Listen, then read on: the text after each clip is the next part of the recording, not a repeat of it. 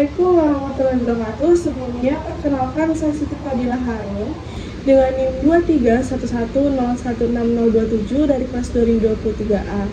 Di sini saya akan membahas mengenai Undang-Undang Nomor 44 Tahun 2009 tentang rumah sakit, bab 9 pasal 37 pada ayat 1 yang menyatakan bahwa setiap tindakan kedokteran yang dilakukan di rumah sakit harus mendapat persetujuan pasien atau keluarganya. Pada ayat 2 berisi ketentuan mengenai persetujuan tindakan kedokteran sebagaimana dimaksud pada ayat 1 dilaksanakan sesuai dengan ketentuan peraturan perundang-undangan.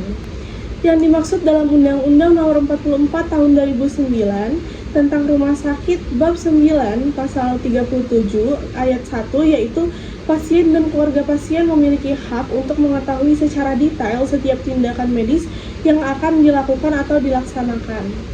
Hal ini menegaskan bahwa keterlibatan aktif pasien dan keluarga pasien dalam proses pengambilan keputusan medis merupakan hak yang harus dihormati.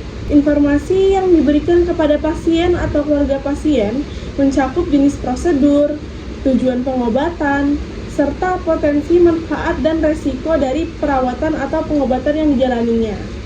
Informasi yang diberikan kepada pasien juga harus jelas, akurat, dan lengkap tentang kondisi kesehatan termasuk diagnosis hingga pilihan pengobatan. Proses pemberian informasi dikenal sebagai informed consent yang memungkinkan pasien atau keluarga pasien untuk membuat keputusan yang tepat sebelum menjalani pengobatan.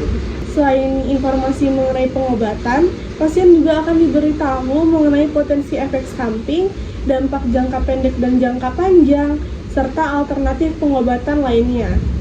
Sehingga pasien dapat secara aktif berpartisipasi dalam pengambilan keputusan terkait perawatannya, termasuk kemungkinan untuk menolak perawatan atau pengobatan yang akan dilaksanakan oleh dirinya.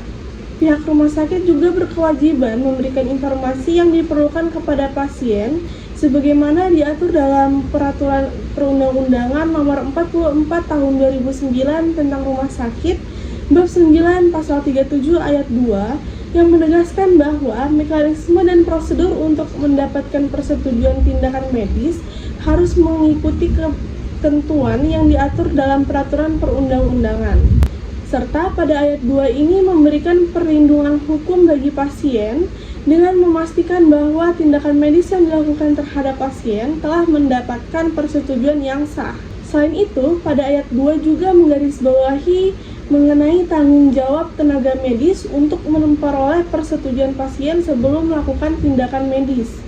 Jika tidak ada persetujuan yang sah dari pasien, tenaga medis dapat dianggap melakukan malpraktik.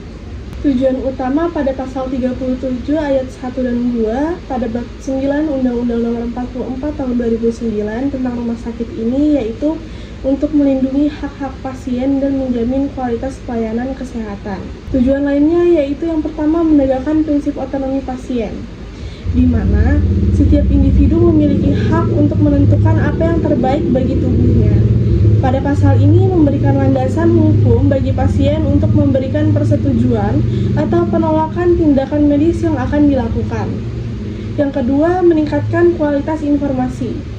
Pasal ini mendorong rumah sakit untuk memberikan informasi yang akurat dan juga lengkap serta mudah dipahami kepada pasien. Hal ini penting bagi pasien agar dapat membuat keputusan yang tepat berdasarkan informasi yang benar yang telah diberikan oleh pihak rumah sakit. Yang ketiga, mencegah malpraktik. Dengan adanya persyaratan persetujuan tertulis, tindakan medis yang dilakukan tanpa persetujuan pasien dapat dianggap sebagai malpraktik dan dapat berakibat pada tuntutan hukum. Selanjutnya, yang keempat, yaitu membangun kepercayaan antara pasien dan tenaga kesehatan.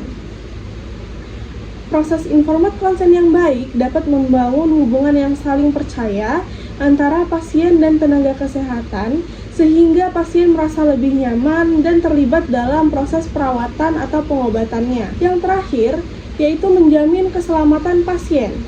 Dengan memberikan informasi yang lengkap, pasien dapat memahami risiko dan manfaat dari setiap tindakan medis yang akan dijalaninya, sehingga dapat mengurangi kemungkinan terjadinya komplikasi yang tidak diinginkan. Baik, sekian dari saya, kurang lebihnya mohon dimaafkan. Wassalamualaikum warahmatullahi wabarakatuh.